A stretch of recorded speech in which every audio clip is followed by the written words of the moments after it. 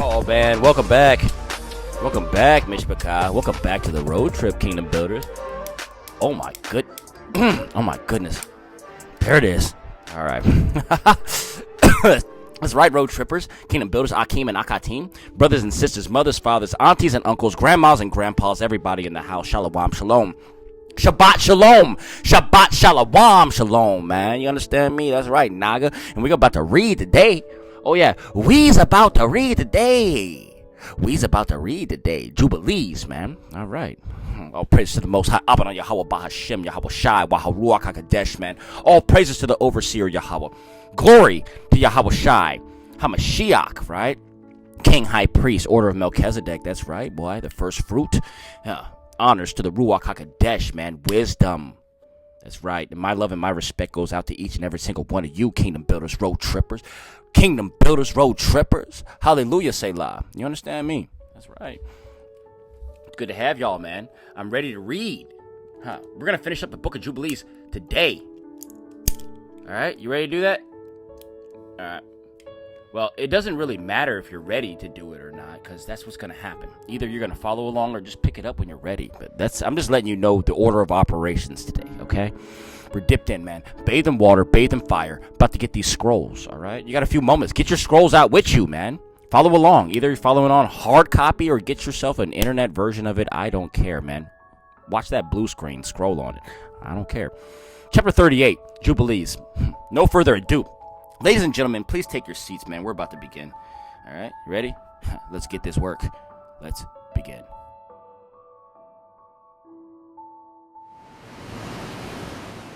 All right. Take them back.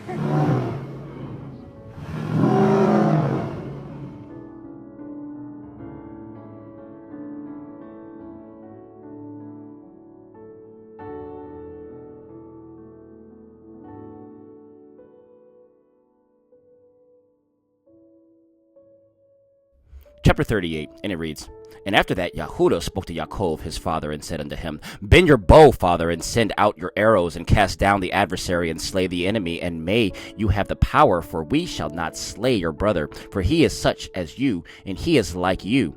Let us give him this honor. Then Yaakov bent his bow and sent out an arrow, and struck Esau his brother on his right breast, and slew him. And again, he killed his brother, right?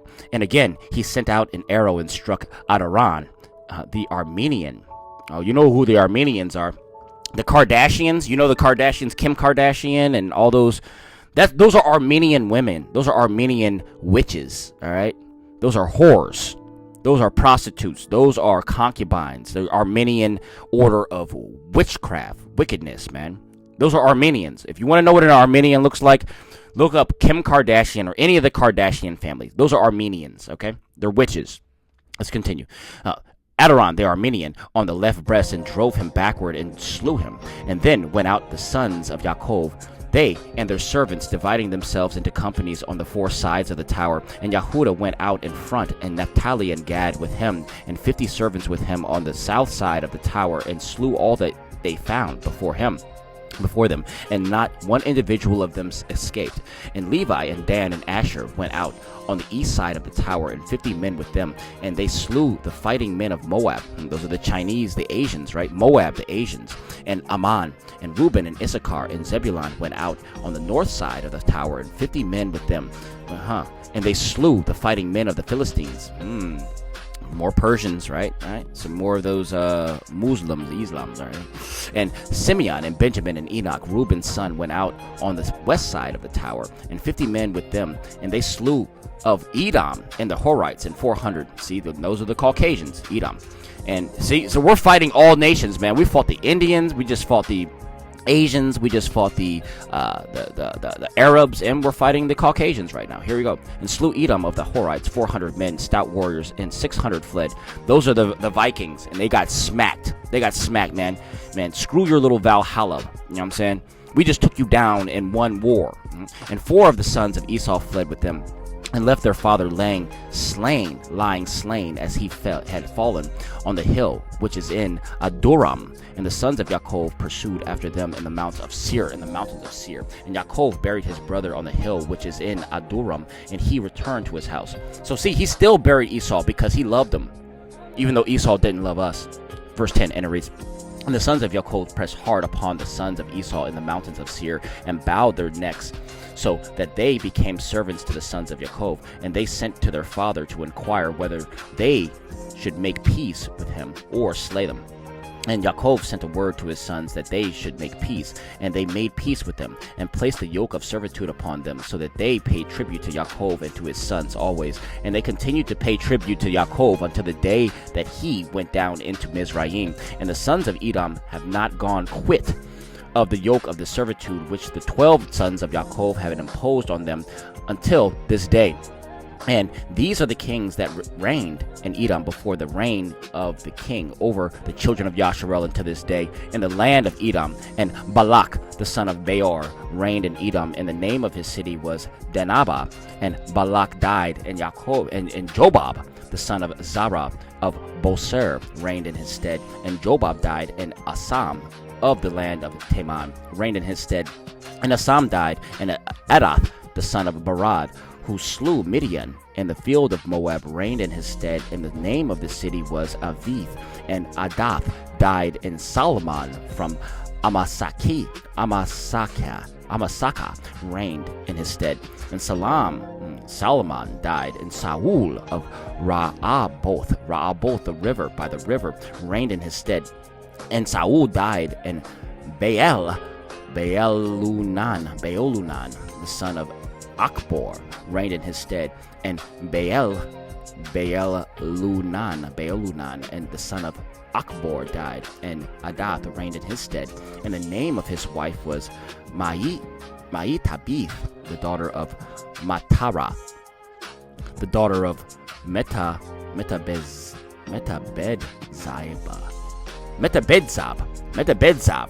These are the kings who reigned in the land of Edom. That's the end of chapter 38. Hallelujah. Let's continue. Let's get some more, family. All right, you ready? Hallelujah, man. Chapter 39, and it reads, and Yaakov dwelt in the land of his father, sojourning in the land of Canaan. These are the generations of Yaakov. And Joseph was 17 years old when they took him down into the land of Mizraim. And Potiphar, the eunuch of Pharaoh, the chief cook, bought him. Right? They sold him into slavery. And he set Joseph over all the house. And the blessings of the Most High came upon the house of the Egyptian on account of Joseph. And the Most High prospered him in all that he did. And the Egyptian committed everything into the hand of Joseph, for he saw that the Most High was with him, and that the Most High prospered him in all that he did. And Joseph's appearance was comely and very beautiful in his appearance. And his master's wife lifted up her eyes and saw Joseph, and she loved him and besought him to lie with her. Ooh, see, man, an Israelite man is unresistible. All right, let's continue. Verse 6, and it reads, but he did not surrender his soul and remembered the Most High and the words of Yaakov his father, used to read from among the words of Abraham, that no man should commit fornication with a woman who has a husband. That for him the punishment of death has been ordained in the heavens before the Most High Elohim, and the sin will be recorded against him in the eternal books continually before the Most High. And Joseph remembered these words and refused to lie with her, and she besought him for a year, because she was beautiful, and he wanted to get those guts, but he couldn't, right? So, Laki, I don't mean to talk perversely. I'm just telling you the truth, straight raw truth, all right? Verse 8, and it reads, and she besought him for a year, but he refused and would not listen. But she embraced him and held him fast in the house in order to force him to lie with her, and closed the doors of the house and held him fast. But he left his garment in her hands and broke through the door and fled without from her presence. And the woman saw that he would not lie with her, and she calumniated him in the presence of the Most High, saying, your Hebrew servant whom you love sought to force me so that he might lie with me. And it came to pass, when I lifted up my voice, that he fled and left his garment in my hands when I held him, and he brake through the door. See, so she's lying. Because he ran away, now she's going to say that he tried to rape her. See what I'm saying? See what women do. Not all women, but see what some women do. All right. Verse 11. Let's continue. And it reads, and the Egyptian saw the garment of Joseph in the broken door, and heard the words of his wife, and cast Joseph into prison, into the place where the prisoners were kept, whom the king imprisoned. And he was there in prison, and the Most High gave Joseph favor in the sight of the chief of the prison guards, and compassion before him, for he saw that the Most High was with him, and that the Most High made all that he had and that he did to prosper. And he committed all things into his hands, and he And the chief of the prison guards knew of nothing that was with him, for Joseph did everything, and the Most High perfected it. And he remained there 2 years. And in those days Pharaoh king of Mizraim was angry against his 2 eunuchs, against the chief butler and against the chief baker. And he put them in the ward in the house of the chief cook, in the prison where Joseph was kept. And the chief of the prison guards appointed Joseph to serve them, and he served before them. And they both dreamed a dream, and the chief butler and the chief baker, and they told it to Joseph. And as he interpreted to them, so it befell them. And Pharaoh restored the chief butler to his office, and the chief baker he slew, and Joseph had interpreted to them. But the chief butler forgot Joseph in the prison, although he had informed him what would befall him, and did not remember to inform Pharaoh how Joseph had told him, for he forgot. Yeah, he forgot. That's the end of chapter 39. Yeah. He forgot, right? Yeah, he forgot. No, that's how it is, man. You know, you help a Naga out, and once they get free, they forget all about you. I can tell you that personally, right? You ever been locked up before and had some close friends? Maybe you haven't. And if you haven't, good to you. But I have. I've been locked up before, right? And brothers, they'll tell you that they love you, that they'll call you, that you're going to be friends. As soon as you get out, you never hear from them brothers ever again. just like that butler, right? Just like that baker. The baker got slain, right? Let's continue. You want chapter 40? Let's get some more of this. We're going to finish 40 to the door, man. All right? Let's go, family. Shalom. Let's get this, man. Shabbat is live. You understand me? Hallelujah. Let's get some more of this work. Hallelujah. Let's get this work. Chapter 40, and it reads, And in those days Pharaoh dreamed 2 dreams in one night concerning the famine which was to be in all the land. And he awoke from his sleep and called all the interpreters of the dreams that were in Mizraim, the magicians, and told them his 2 dreams, and they were not able to declare them. And then the chief butler remembered Joseph and spoke of him and the king, and he brought him out of the prison. He told him the 2 dreams before him, and said he before Pharaoh that his 2 dreams were one. And he said unto him, 7 years will come, in which there will be plenty over all the land of Mizraim, and after that 7 years of famine, such as famine has not been in all the land. And now let Pharaoh appoint overseers in all the land of Mizraim, and let them store up food in every city throughout the days of the years of plenty, and there will be food for the 7 years of famine, and the land will not perish through the famine, for it will be very severe. And the Most High Yahweh gave Joseph favor and mercy in the eyes of Pharaoh, and Pharaoh said unto the servants, We shall not find such a wise and discreet man in this as this man. For the Ruach of the Most High is with him, and he appointed him the second in all his kingdom, and gave him authority over all Mizraim, and caused him to ride in the second chariot of Pharaoh. And he clothed him with byssus garments, and he put a gold chain upon his neck, and a herald proclaimed before him, El wa abirir, wa the Most High, right? They're saying this guy's a lord.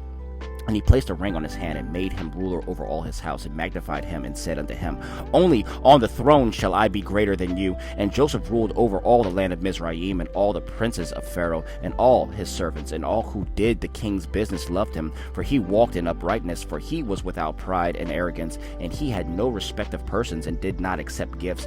But he judged in uprightness all the people of the land, and the land of Mizraim was at peace before Pharaoh because of Joseph, for the Most High was with him, and gave him favor and mercy for all his generations before all those who knew him, and those who had heard concerning him. And Pharaoh's kingdom was well ordered, and there was no Hasatan, and no adversary, right, and no evil person therein. And the king called Joseph's name Sephan-Tephans,